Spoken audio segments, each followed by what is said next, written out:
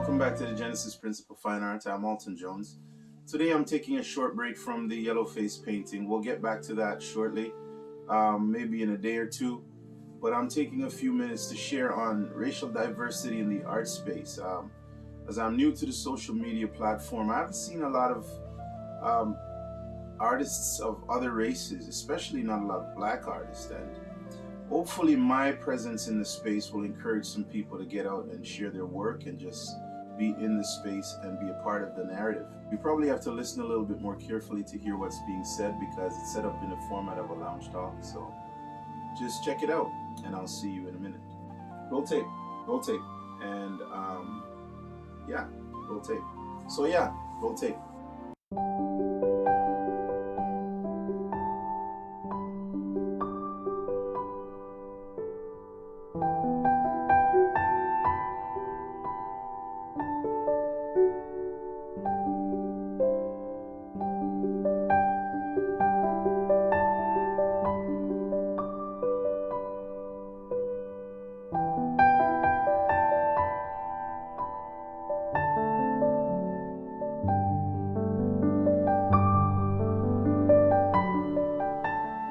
And one of the things that I'd really like to see is a lot more racial diversity in the art space.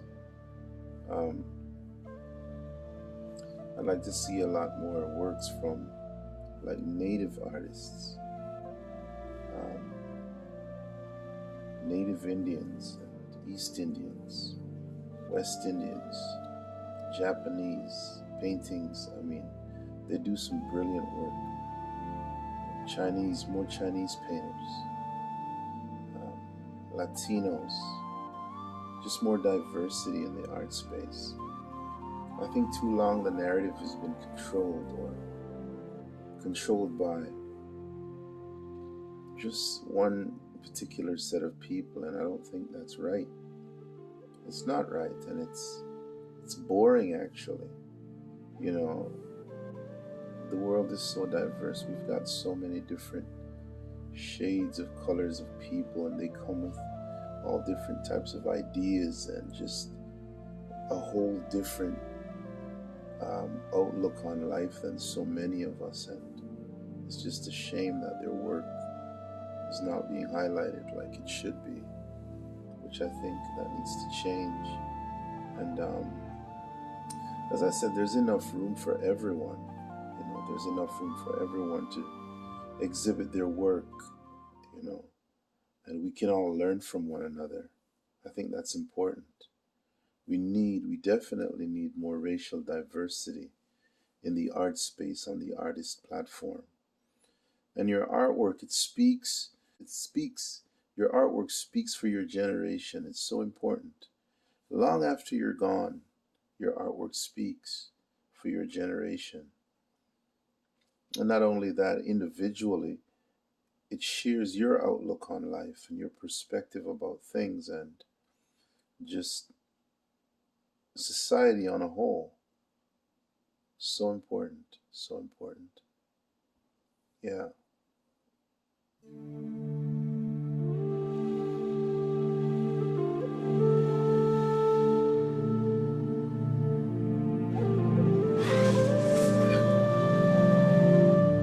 Just speaking on the topic seriously, I think there's so much that certain generations and race of people know that a lot of other generations and maybe races don't know. For example, in the art community, as a culture, if a lot of us knew how important it is to express ourselves artistically, I think there would be much more of a push from there'd be more of a push from certainly visible minority groups to make sure that they express themselves artistically and that their art gets known or recognized and seen and gain the recognition and respect and certainly notoriety that it deserves. But there's a lot we don't know, or I don't know if we don't know or we just don't realize the importance and the enormity of your art being recognized and expressed and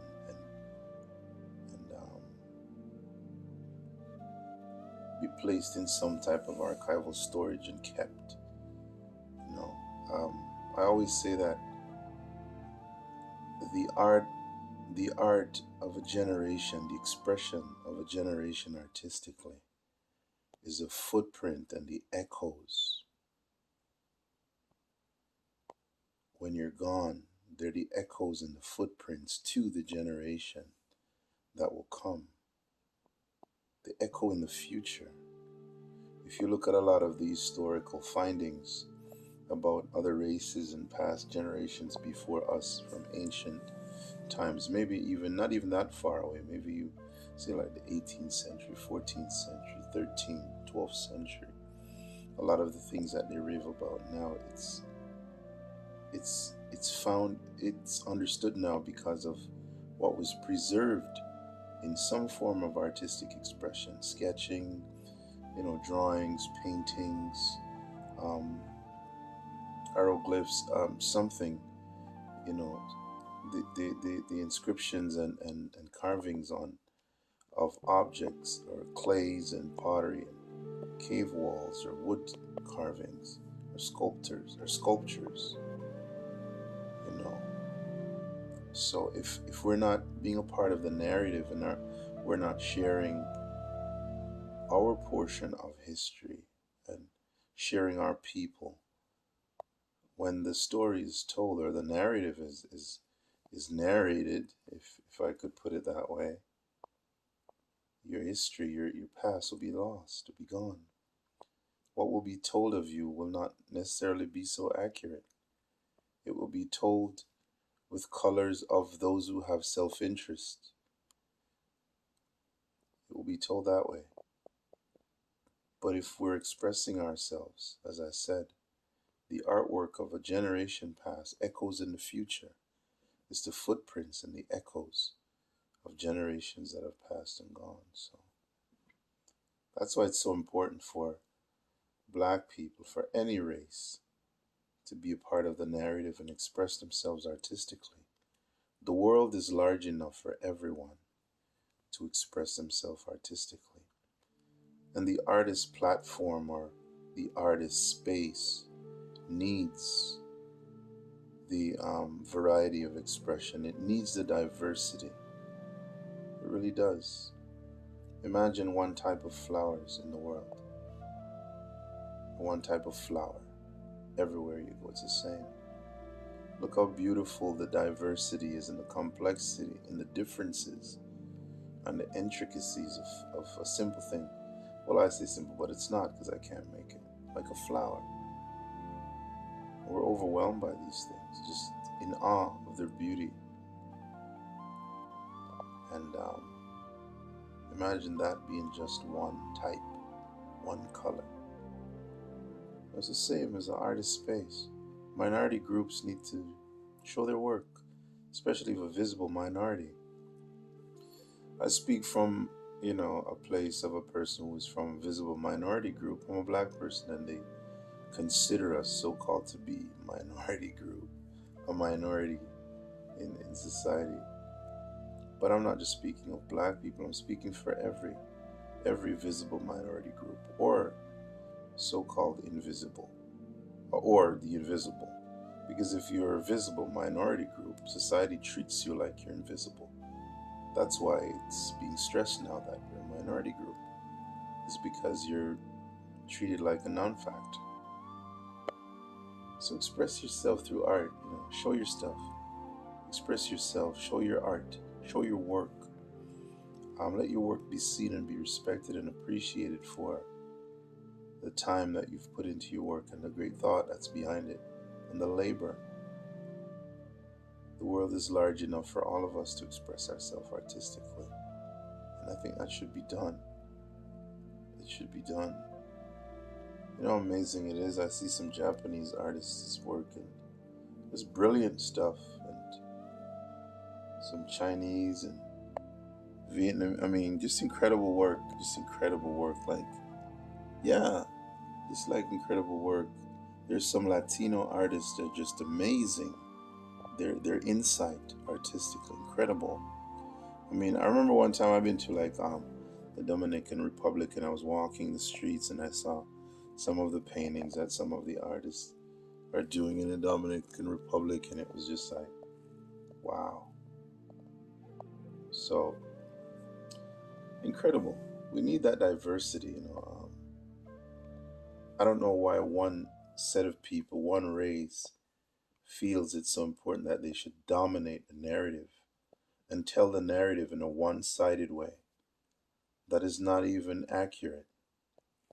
You know, I was looking at a painting of Velasquez, um, not a painting of Velasquez, but a painting of Velasquez done by Velasquez, and it was of a black man. Actually, somebody posted the painting, and they put a comment, and they were commenting how easy it is to miss the colors in the painting if you're not careful and looking for your color values. It's so easy to miss the color values in the painting.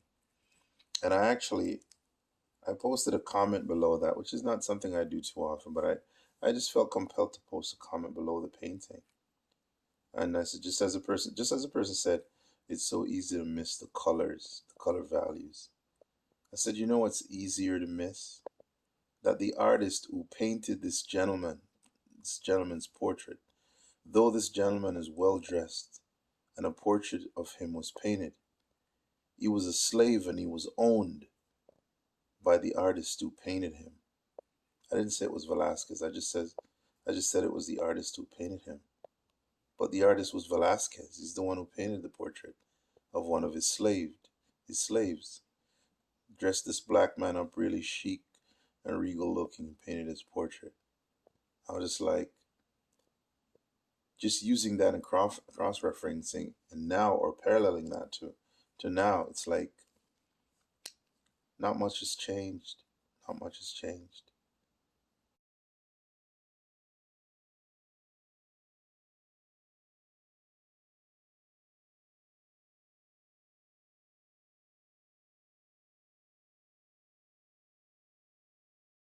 Still the same thing.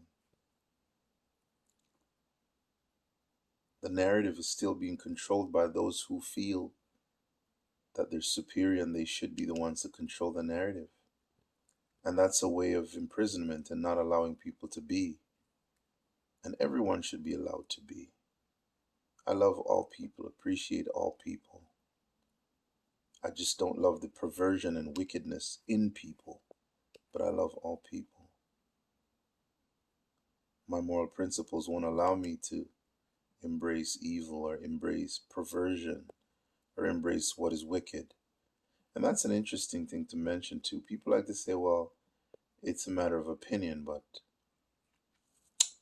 morality is a spiritual thing, and there are portions of what they call art that it's not art, it's perversion. And being a pervert in art don't make you a genius. You're not genius because you painted some weird perverted looking thing.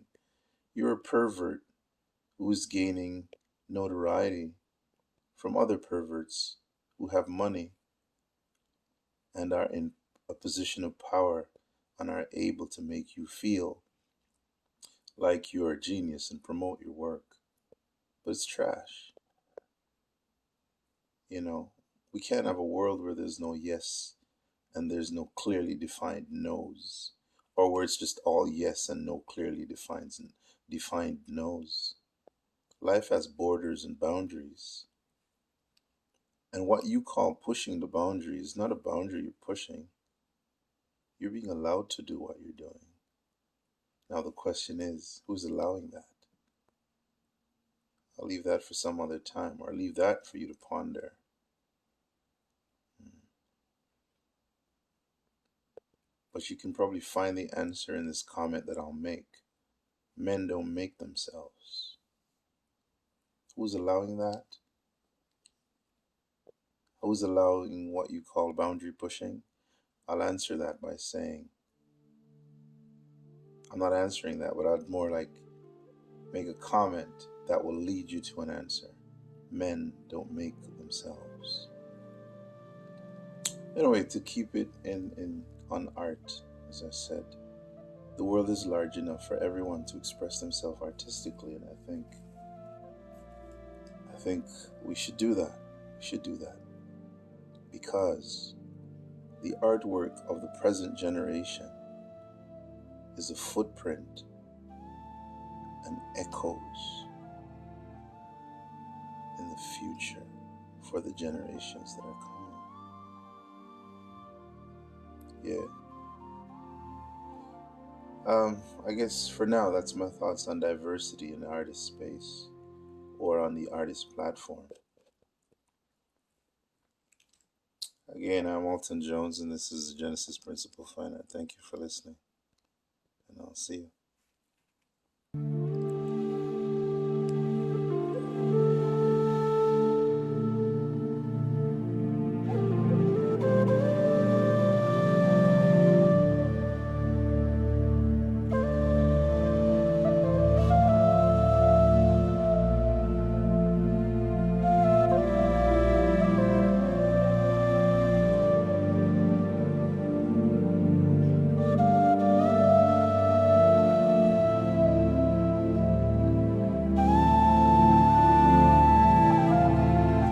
And my intentions here is not to make this photo real.